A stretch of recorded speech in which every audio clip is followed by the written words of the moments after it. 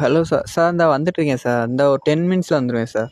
ஐயோ சார் இல்லை சார் வந்துட்டு தான் சார் இருக்கேன். இல்லை வந்துட்டு ஒத்தா பேசாட்டு கம்பெனி விட்டு நின்றுலாம்னு தோணுது. ஓ வீட்டை நான் தான் பார்த்துக்கணும்ல, போய் தான் ஆகணும். ஹலோ செல்லக்குட்டி, சாப்பிட்டியா? சரி சரி. உங்க அம்மா சாப்பிட்டாங்களா? இல்ல என் அத்தை சாப்பிட்டாங்களா? ஆத்தா இவ வேற. எங்க இருக்க? வீட்ல இருக்கியா? என் ஹார்ட்ல தானடா நீ இருக்க. அடியே கொஞ்ச நேரம் சும்மா தான் வாடி. ஏன்டி 1008 பிரச்சனைடி எனக்கு. அங்கே மேனேஜர் தொலை தாங்க முடியல. வீட்டுக்கு போனால் இங்கே ஒரு பிரச்சனை, இஎம்ஐ கட்டணும் அது இதுன்னு. நீ வேற ஏன்டி உயிரை போட்டு வாங்கிட்டு இருக்க? எப்படியும் அவனை 2 வாரத்தை கழட்டி தானே விட போற. அப்புறம் என்ன, இப்பயே கழட்டி விட்டுரு. பாவம் ஏமாந்துட்டு இருக்க போறான். இப்படின்னு சொல்லணும்னு ஆசையாக தான் இருக்குது. ஆனால் எதுக்கு வேணாம், நம்ம அமைதியாகவே போயிடுவோம். ப்ரோ ஏர்பட்ஸ் இருக்கா?